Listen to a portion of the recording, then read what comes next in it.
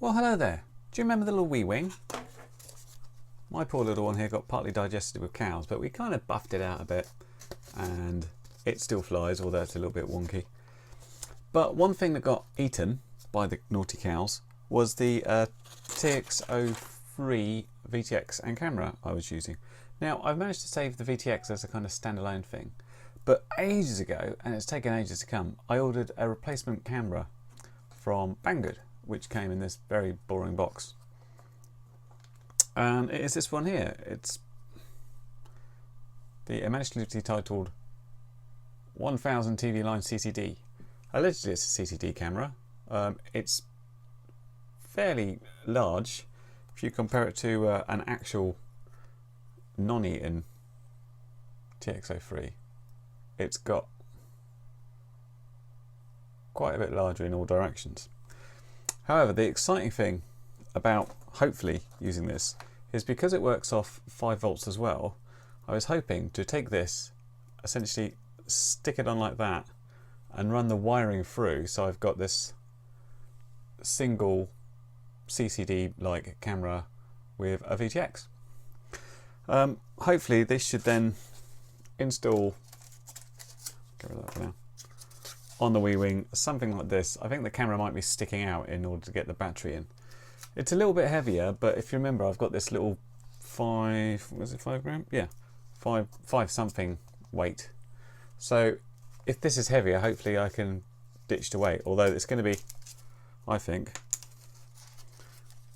somewhat perilously sticking out of the nose, just asking for trouble. But you know, it was nice and cheap. It just took ages to get here. So I'm going to wire this up, get it installed on the Wii Wing, and we'll see how it looks, and then we'll take it for a fly. So we have now installed the camera on the Wii Wing, and it looks like this. Now, unfortunately, in order to fit the battery in, it means the camera does stick out of the nose just a tad. So in terms of crashing, the damage is going to go straight to the camera, although it's probably just going to come straight off that anyway. The nice news is that the little back of the TX03, which I might have to show close up here, goes on really nicely. This is just hot glued in, and the cables here all take the 5 volt and sort of pass through to the camera, and that bit works really well.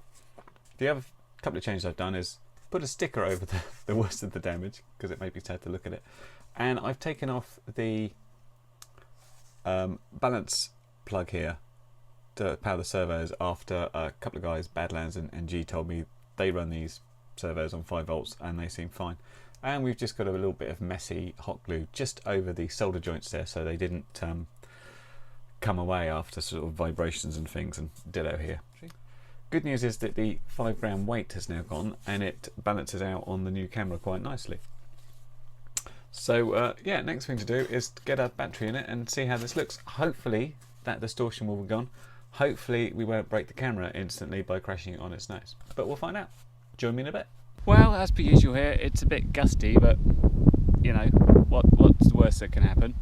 Actually, don't think about that, but it's mainly just long grass, so we'll see how we do. We get odd occasions of the wind dropping, so fingers are crossed. Let's try it.